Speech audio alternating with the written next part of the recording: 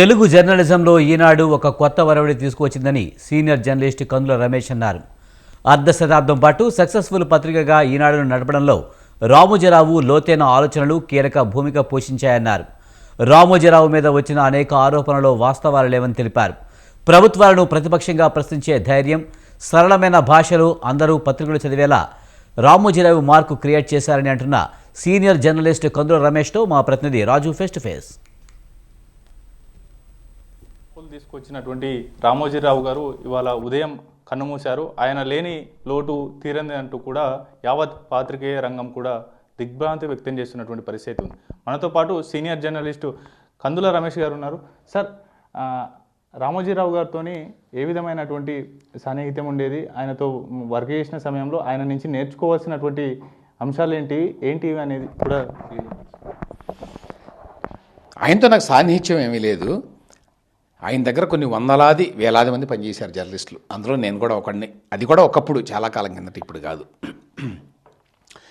చాలామంది జర్నలిస్టులు ఇప్పుడు ఉన్నవాళ్ళు తెలంగాణలో, ఆంధ్రాలో, ఎస్పెషల్లీ పత్రికల్లో పనిచేసేవాళ్ళు, చాలామంది టీవీలో పనిచేసేవాళ్ళు కూడా ఈనాడు స్టేబుల్ నుంచి వచ్చిన వాళ్ళు, ఈనాడులో ఎప్పుడో అప్పుడు పనిచేసిన వాళ్ళు. ఆ రకంగా తెలుగు రాష్ట్రాలకి పెద్ద ఎత్తున జర్నలిస్టులను సరఫరా చేసినటువంటి సంస్థ అది ఒకటి. రెండు, ఈనాడు అనేది తెలుగు జర్నలిజంలో కొత్త వరవడిని తీసుకొచ్చింది. సో ఆ రకంగా ఆయనకుండే గుర్తింపు ఆయనకి ఉన్నది ఎప్పటి నుంచో. తర్వాత అంత సుదీర్ఘంగా ఒక పత్రికని అంత సక్సెస్ఫుల్గా నడిపినటువంటి వ్యక్తి మరొకరు లేరు. ఈనాడు పెట్టి 50 ఏళ్ళు పూర్తవుతోంది. ఇప్పుడు స్వర్ణోత్సవాలు జరుపుకోబోతున్నారు. అవి ప్రారంభం కాకముందే చనిపోయారు ఆయన, దురదృష్టవశాత్తు. అంటే 1974లో ఆ పత్రిక పెడితే ఇవాళ 2024. పెట్టిన నాటి నుంచి ఇవాల్టి వరకు లార్జెస్ట్ సర్క్యులేటెడ్ తెలుగు డైలీగా ఉన్నది. అది గొప్ప.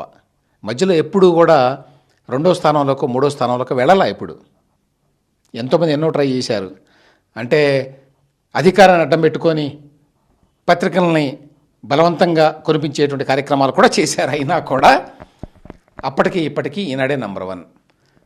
అది ఒక గొప్పతనం. కానీ దానికంటే ఎక్కువ గొప్పతనం ఏంటంటే ఆ పత్రికని ఒక సంస్కారవంతంగా, విశ్వసనీయతకి మారుపేరుగా నడిపారు. కొన్ని విమర్శలు ఉన్నాయి, ఈనాడు మీద కూడా కొన్ని విమర్శలు ఉన్నాయి, రామోజీరావు గారి మీద కూడా కొన్ని విమర్శలు ఉన్నాయి.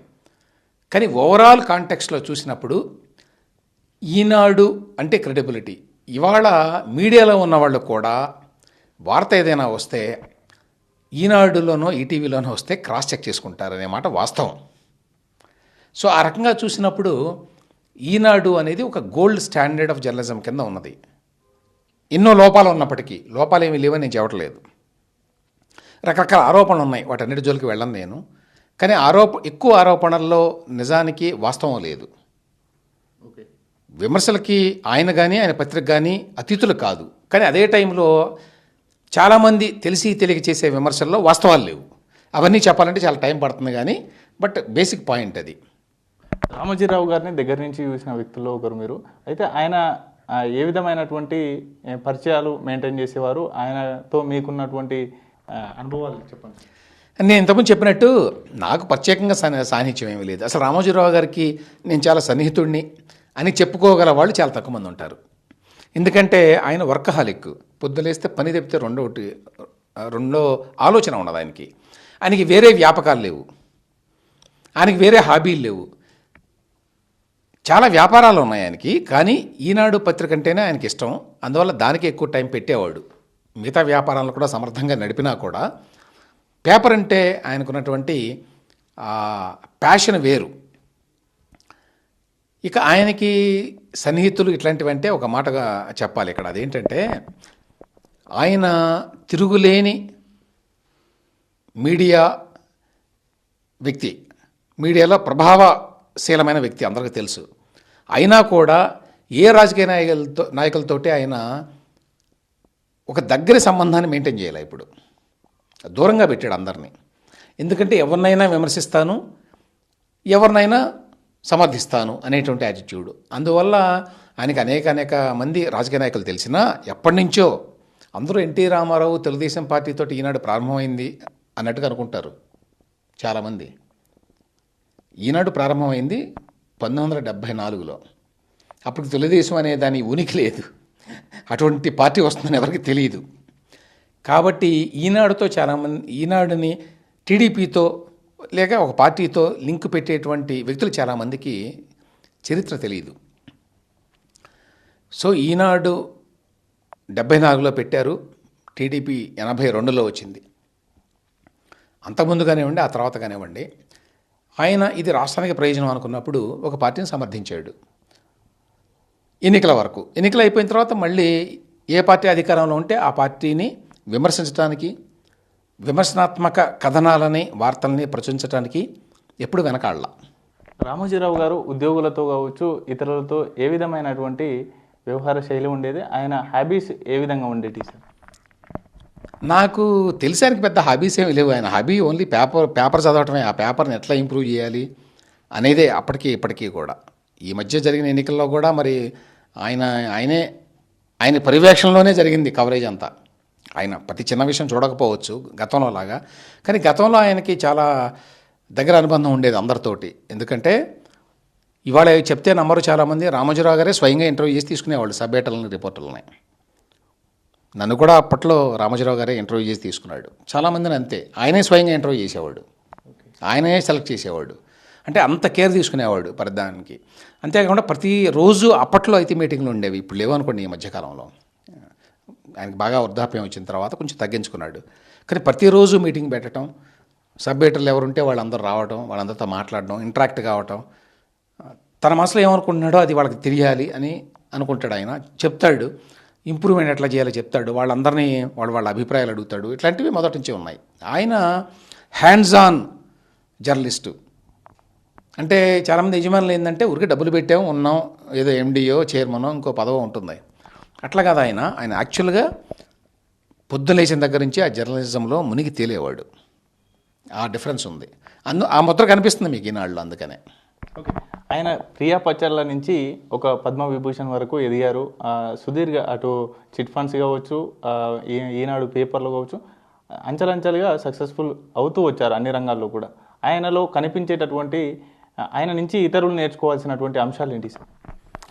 ఏమన్నదండి, ప్రతిదానికి పొంగిపోకూడదు, ప్రతిదానికి కుంగిపోకూడదు, స్థితప్రజ్ఞత ఉండాలి, విజ్ఞత ఉండాలి, కష్టపడాలి, డిసిప్లిన్ ఉండాలి.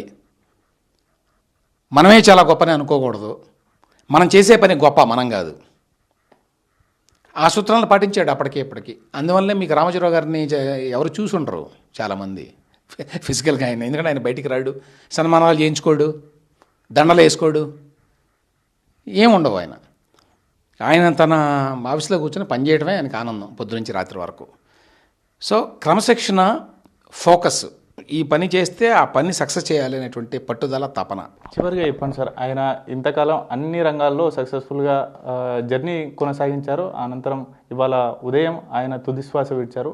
చివరిగా ఏం చెప్పదలుచుకున్నారు సార్? ఏమన్నదంటే, ఆయన లేకపోవటం అనేది తెలుగు సమాజానికి చాలా పెద్ద లోటు. ఆయన చేసిన సేవలు చాలా ఉన్నాయి, చాలాసేపు మాట్లాడవచ్చు. ఆయన తెలుగు భాషకి ఎంత సేవ చేశాడు,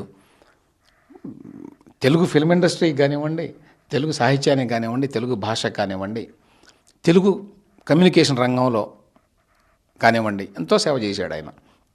వ్యాపార రంగంలో. సో ఇన్ని రంగాల్లో ఇంత విస్తృతంగా తెలుగు సమాజం మీద ప్రభావం చూపిన వ్యక్తి మరొకరు లేరు. కాబట్టి ఆయన లేని లోటుని ఎవరు తీర్చలేరు. ఆయన నిజంగా అటువంటి వాళ్ళు చాలా అరుదుగా పుడతారు.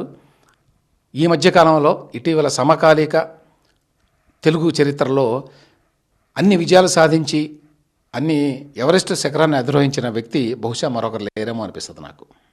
Okay, thank you so much sir. ఇది ఓవరాల్గా సీనియర్ జర్నలిస్ట్ కందుల రమేష్ గారు చెప్తున్నటువంటి మాట. ముఖ్యంగా రామోజీరావు గారు లేకపోవడం తెలుగు పత్రికా రంగానికి ఒక తీరని లోటు, అది పెద్ద పత్రికా రంగానికి దిగ్భ్రాంతిని మిగిల్చి వెళ్ళిందనేది కూడా చెప్తున్నటువంటి మాట. ఆయన నుంచి నేర్చుకోవాల్సినటువంటి లక్షణాలు అనేకంగా ఉన్నాయి. పట్టుదలతో, దార్శనికతో ప్రతి ఒక్క పని చేస్తే విజయం తప్పక దరిచేరుతుంది అనేటటువంటి మాటలు సాకారం చేసినటువంటి వ్యక్తి రామోజీరావు గారని చెప్తున్నటువంటి మాట అయితే కనిపిస్తూ ఉంది. కెమెరా పర్సన్ అఖిల్తో రాజు, స్వతంత్ర టీవీ, హైదరాబాద్.